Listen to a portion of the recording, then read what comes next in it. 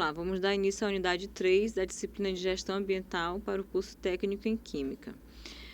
A unidade 3, ela trata dos estudos de impactos ambientais, indicadores, análise de ciclo de vida e química verde. Então, o objetivo dessa unidade é principalmente explicitar o conceito de impactos ambientais, o processo de licenciamento ambiental, apresentar o que são os indicadores ambientais, alguns aspectos do processo de análise de ciclo de vida e o conceito de química verde. Então, a primeira coisa que nós devemos diferenciar é poluição de impacto ambiental, que eu já comentei brevemente na unidade 1. Né? A poluição ela é sempre uma interferência negativa no ambiente, né? É sempre um desperdício de energia, de matéria, né? Que é uma coisa muito abordada nas leis da termodinâmica. Por isso que se diz que reciclagem, ela nunca é feita totalmente, sempre há uma energia dispersada, né? O impacto ambiental, ele nem sempre ele é negativo, às vezes o impacto ambiental pode ser positivo, né? Então, a diferença principal que nós devemos entender inicialmente é essa. No caso do estudo de impacto ambiental, que eu acredito que você já tenha ouvido falar, é um estudo importantíssimo para as empresas, né? Existem alguns procedimentos que devem ser seguidos, né? Existem alguns componentes essenciais. Quais seriam eles?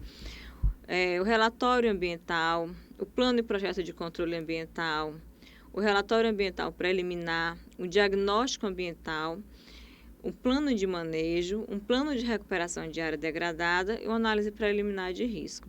É importante destacar também que o estudo de impacto ambiental ele é um estudo interdisciplinar, né? Ele é um estudo feito por biólogos, por químicos, por sociólogos, né? É um estudo que vai analisar os impactos de um determinado empreendimento, um determinado local, né? Mas não vai analisar apenas os impactos focais, né? Ele vai analisar os impactos de uma forma geral. Geração de emprego e renda, poluição, interferência na dinâmica da comunidade local, né? É um estudo bastante completo e por isso que ele é feito por uma equipe multidisciplinar.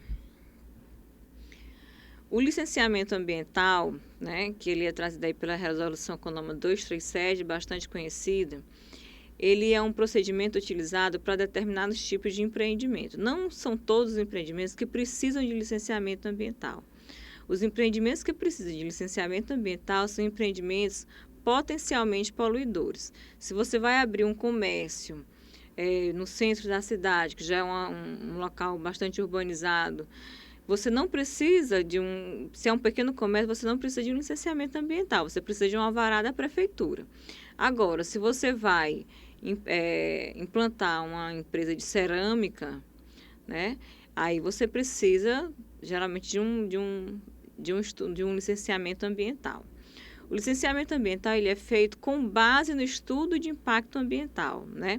Então, antes o empreendedor, ele procura uma empresa de consultoria para que essa empresa faça o estudo de impacto ambiental. E a partir daí ele dá entrada no processo de licenciamento ambiental.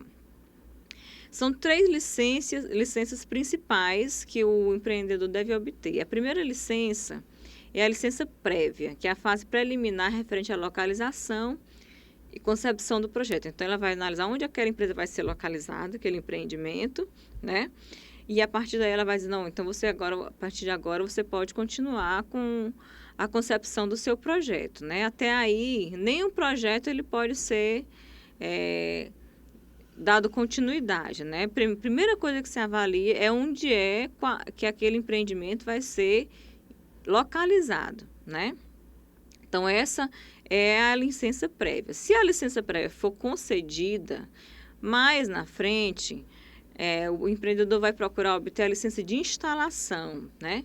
Que ela vai autorizar a instalação do empreendimento ou atividade. Faz-se um novo estudo, né, do projeto, da localização, verifica as condições que foram estabelecidas na licença prévia e aí, dependendo das condições, vai ser autorizado ou não a instalação daquele empreendimento, a construção, né, ou a atividade, no caso, se for, por exemplo, um empreendimento rural.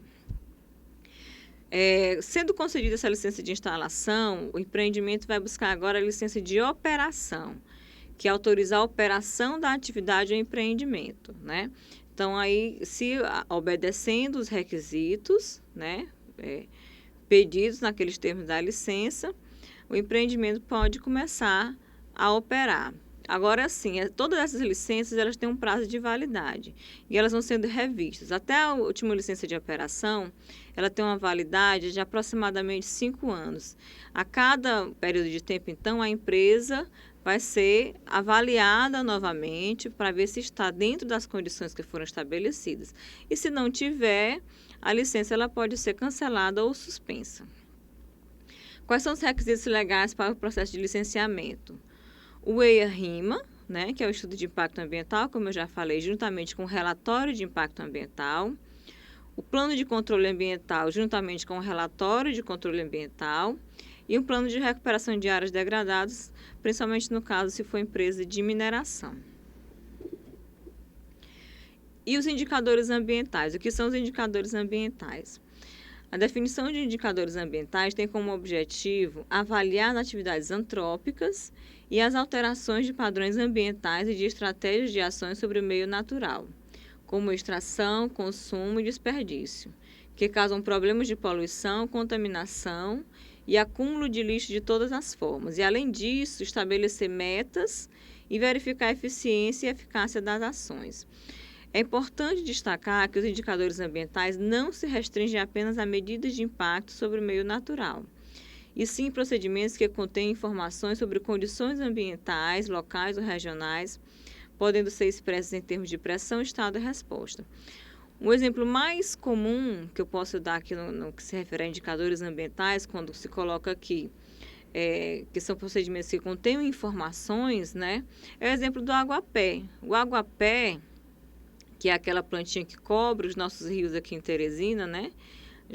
Geralmente em período de chuva, são indicadores ambientais importantíssimos de poluição. A presença do aguapé está dizendo, olha, esse rio tem muita matéria orgânica advinda de poluição. Essa poluição ela vai dos esgotos, né, que correm para os rios, de pessoas que jogam lixo nos rios. Aquela matéria orgânica ela aumenta, né, dentro do rio, aumenta o nível de potássio, que é um nutriente que promove o crescimento da planta. Então, as plantas elas crescem em demasia, elas se reproduzem em demasia, né? Como as plantas também precisam de oxigênio, elas vão roubar um pouco do oxigênio dos peixes do rio. E aí já é outro problema, né? Então, o aguapé, por exemplo, é um dos indicadores ambientais mais conhecidos. Esse sistema que foi colocado aqui de pressão, estado e resposta, ele funciona da seguinte forma, né? Observando aí o esquema do slide. O que está ocorrendo com o meio ambiente? Aí você vai verificar o estado do meio ambiente. Por que isso está ocorrendo? Você vai verificar a pressão daquela situação. Qual é o impacto, né? Aí você vai identificar qual é o impacto propriamente dito que aquela pressão está promovendo. E aí nós temos, por fim, a resposta, que é o que pode ser feito e o que está sendo feito agora, né? Esse é o esquema do sistema pressão-estado-resposta. Outro ponto importante da gente discutir é a questão da análise dos aspectos do ciclo de vida. No que se refere a empreendimentos, nós temos a lei de resíduos sólidos, que ela deve ser obedecida, né? Então, a lei de resíduos sólidos, ela traz uma série de obrigações das organizações, como, por exemplo, a responsabilidade compartilhada, né? Em que a responsabilidade pelo descarte de um determinado produto ele é da sociedade, ela é da empresa e ela é da gestão pública, né? E nós temos também, citada na lei, a análise do ciclo de vida. O que é a análise do ciclo de vida? A análise do ciclo de vida é uma ferramenta importante do pensamento sistêmico que fornece às indústrias os meios necessários para a identificação e avaliação das oportunidades de minimizar os impactos ambientais adversos. Isto é, o ciclo de vida é o conjunto de todas as etapas necessárias para que um produto cumpra com sua função na cadeia de produtividade. Ou seja, A análise do ciclo de vida, ela vai observar a produção de um determinado produto desde a sua concepção, desde a busca pela matéria-prima até o descarte final do produto, né? Observando aí o esquema, a gente tem materiais, fabricação, embalagem, distribuição, uso e disposição final. Então, tudo é analisado nesse ciclo de vida. Aí a empresa analisa, faz a análise do ciclo de vida do produto, identifica em que pontos desse ciclo de vida é possível minimizar impactos ambientais. É no transporte, é na captação de matéria-prima, é na embalagem, né? Onde é que se pode evitar desperdício, poluição, degradação dentro desse ciclo de vida do produto. Os bens de consumo precisam atender a diversos critérios de não agressão ao meio ambiente, tais como de serem degradáveis. Quando a gente fala degradáveis, geralmente associamos a biodegradáveis, mas nem sempre precisa ser biodegradável, pode ser quimicamente degradável também. Podem ser não bioacumuláveis, que são substâncias lipossolúveis e pouco biodegradáveis, que tendem a acumular em organismos e se disseminar nas cadeias alimentares, né? Isso deve ser evitado no caso de bens de consumo. Devem ser atóxicos, né? Dentro do possível. Os bens de consumo não podem ser tóxicos, mutagênicos, carcinogênicos, nem teratogênicos, né? Que são agentes causadores de defeitos de nascença. E dentro desse contexto também, devemos levar em conta as principais características no projeto para o ambiente que está interrelacionada, como, por exemplo, a durabilidade, quer dizer, o tempo que um produto resiste antes de parar de funcionar, né? É sempre bom evitar os descartáveis. A capacidade de manutenção, que é uma medida da facilidade e dos custos de executar a manutenção de um produto, e a reciclabilidade, ou seja, o grau e a facilidade com que um produto ou seus componentes podem ser reciclados ou pelo menos reutilizados, né? No caso da latinha, que pode ser reciclada, do plástico. Por fim, vamos definir o que seria a química verde, né?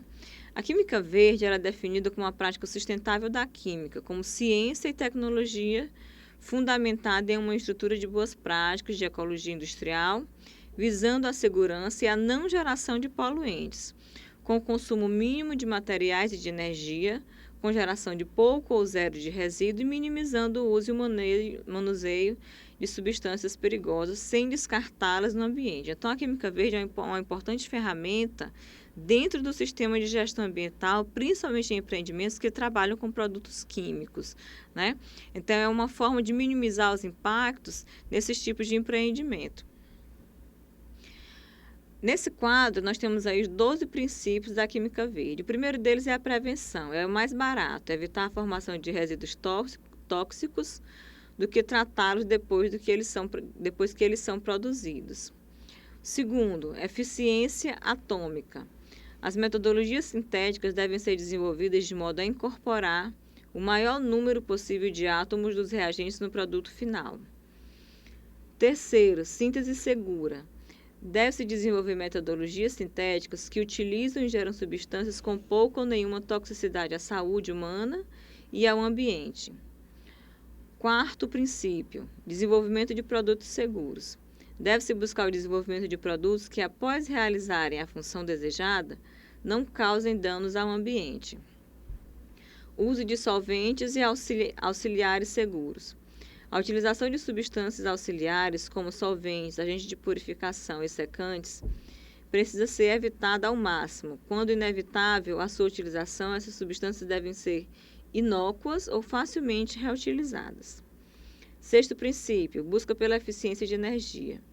Os impactos ambientais e econômicos causados pela geração de energia, utilizada em um processo químico, precisam ser considerados. Sétimo princípio, uso de fontes de matéria-prima renováveis. O uso de biomassa como matéria-prima deve ser priorizado no desenvolvimento de novas tecnologias e processos. Oitavo princípio, evitar a formação de derivados. Processos que envolvem intermediários com grupos bloqueadores, proteção e desproteção, ou qualquer modificação temporária da molécula por processos físicos e ou químicos devem ser evitados. Nono princípio, catálise. O uso de catalisadores, tão seletivos quanto possível, deve ser escolhido em substituição aos reagentes estequiométricos. Décimo princípio, produtos degradáveis. Os produtos químicos precisam ser projetados para biocompatibilidade. Após sua utilização, não deve permanecer no ambiente, degradando-se em produtos inócuos. 11º princípio. Análise em tempo real para a prevenção da poluição. O monitoramento e controle em tempo real dentro do processo deverão ser valorizados. A possibilidade de formação de substâncias tóxicas deverá ser detectada antes de sua geração. E, por fim, o 12º princípio, que é química intrinsecamente segura para a prevenção de acidentes. O monitoramento e o controle em tempo real dentro do processo deverão ser viabilizados. A possibilidade de formação de substâncias tóxicas deverá ser detectada antes de sua geração. Então, esses são os 12 princípios da química verde, né? Que no caso da formação de vocês, que é técnico em química, tem uma importância, digamos assim, específica, né? Na atuação de vocês dentro de empreendimentos que sejam potencialmente poluidores. Espero que eu tenha contribuído para a formação de vocês e até a próxima.